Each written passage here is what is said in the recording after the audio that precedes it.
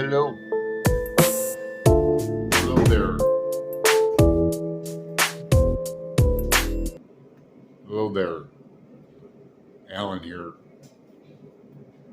And there's already been quite some talk about Lovecraft on BookTube.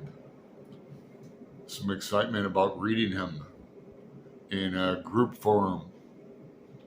And specifically, before I forget, at the top of this video, I'll mention I've been talking to Matt at Matt Wall, Paperback Chunky, and there's a story behind me finding this book in Matt Wall, but I've told it before, and I'll tell it again, but not now and not here, because I want to mention Heather the librarian and Mark at Book Time with Elvis. We're going to do something probably next year if we don't start earlier. Might have a Lovecraftian Christmas. I think that has a ring to it. And Greg at Another Bibliophile Reads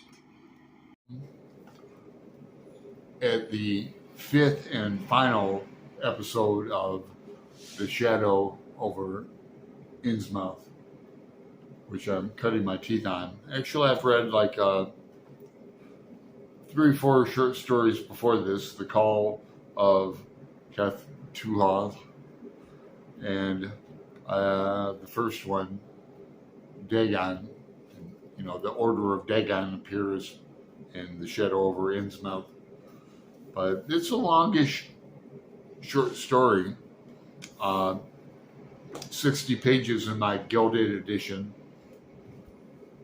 The complete Cthulhu Mythos Tales.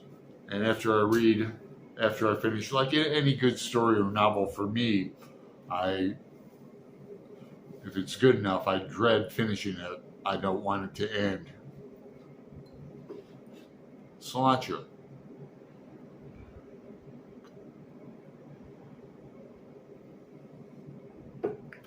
So this story, I can see some racism in the Chinamen, Chinese. The story takes place mid-1800s, around Civil War time in America. Lovecraft stories, I'm starting to get the feel they all take place in New England, specifically Massachusetts. But this one's around the time of the Civil War. Plum Island is mentioned.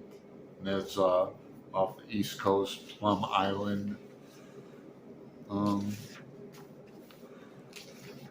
Jewels and a tiara. Some hidden treasure. The story is told in 5 parts. Vernacular. Lovecraft's description of these sea creatures, aliens, half-breeds, half-humanoids. The stench and smell of them alone is disgusting, and many parts of this make your guts wrench, or made mine. A lot of ghost history, Halloweenish, devilish, satanic things, secret society things, kind of Ku Klux Klan-ish things going on. I got a kick out of the 4th part. He's talking about he names some of the roads in Innsmouth. And my maternal part of my family their name is Rowley, R-O-W-L-E-Y, like Crowley, but Rowley. They live over in Ireland, in England. But yeah, so I've listened to this on Libby for free. It's a library app that in your neck of the woods it might be called Pine, Pine, but I use my library. I use Audible. I need all the help I can get, so I listen to the Audible while I read the text. So short and sweet. Just wanted to hit you up with some things going on. Next time I'll tell the story of how I discovered Lovecraft.